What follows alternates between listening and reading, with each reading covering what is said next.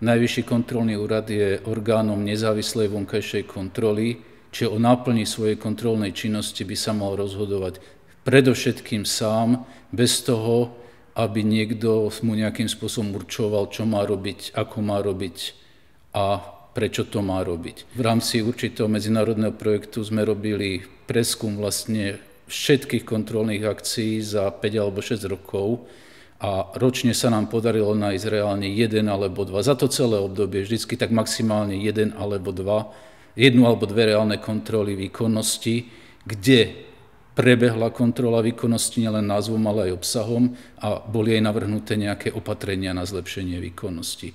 Čiže tu je obrovská slabina. V podstate ide o kontrolu zhody, či príslušné operácie vo verejnom sektore boli vykonané v súlade so zákonom. A druhá pre mňa mnoho dôležitejšia je kontrola výkonnosti, ktorá zisťuje, či použité prostriedky boli efektívne využité, čiže buď hospodárne alebo efektívne, to je jedna stránka. Hospodárne znamená, že sa kúpilo niečo za najnižšiu možnú cenu alebo realizovalo. Efektívne znamená čo najlepší pomer vstupov a výstupov. Tu je treba zásadne rozlišovať, pretože nie vždy sme takí bohatí, aby sme kupovali to, čo je najlacnejšie. A spálili sme sa posledne, myslím, na obchvate Prešova, ktorý sa teraz bude robiť o mnoho drahšie. No a potom sa musí aj účinnosť alebo účelnosť kontrolovať. Na to má kolega z Prahy, pán profesor Ochrana, nádherný bonmot, ktorý hovorí, že si môžeme naplánovať, že vyhodíme povedzme 1 000 000 korún alebo 50 000 eur z okna smerom doprava. A keď ich vyhodíme, tak z hľadiska zákonnosti je to v poriadku, lebo to bolo naplánované a bolo to rozpočtované. Že to je hlúposť, že sme tým úplne zbytočne minuli tie peniaze, to zistí len kontrola výkonnosti. Ideálny stav v realite verejnej správy neexistuje. To je jedna vec, ktorú sa snažím študentov vysvetliť. Niekedy hovoríme, že rozhodovanie alebo teda rozhodnutia o verejnom sektore sú voľbou medzi diablom a Luciferom. Pre Najvyšší kontrolný úrad by v princípe mali platiť rímske princípy kontroly, to znamená nezávislá inštitúcia, ktorá rozhoduje sama o seba a vymáhateľnosť tých výsledkov a najmä právo dávať pokuty nie je veľmi obsahom tých rímskych protokolov. Na druhej strane je to vec, ako sa vytvorí v národnom systéme rešpekt NKÚ v Rumunsku alebo vo Francúzsku, ktoré boli v tom výskume. Ak NKÚ má nejaký nález, tak sa to rieši.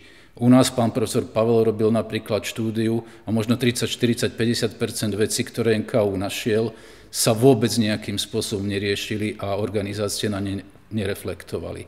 Ich jediný problém, že keď príde následná kontrola, tak znova skonštatuje, že sa to neurobilo. Ja neviem, či je tam väčšia úcta k právu, alebo nepoznám detailne domáce podmienky, ale ak takýto orgán ako NKÚ niečo nájde, tak všetky zúčastnené zložky toho verejného sektora urobia všetko preto, aby to neostalo na papieri ten nález a aby sa situácia zlepšila. Dopad toho, že NKÚ niečo našiel, je strašne malý a dokonca ja sa ani veľmi nepamätám na prípad, že by NKÚ z vlastnej iniciatívy o vlastnej kontrole našiel zásadné veci, ktoré by skončili prokurátorom a platným súdnym rozhodnutím.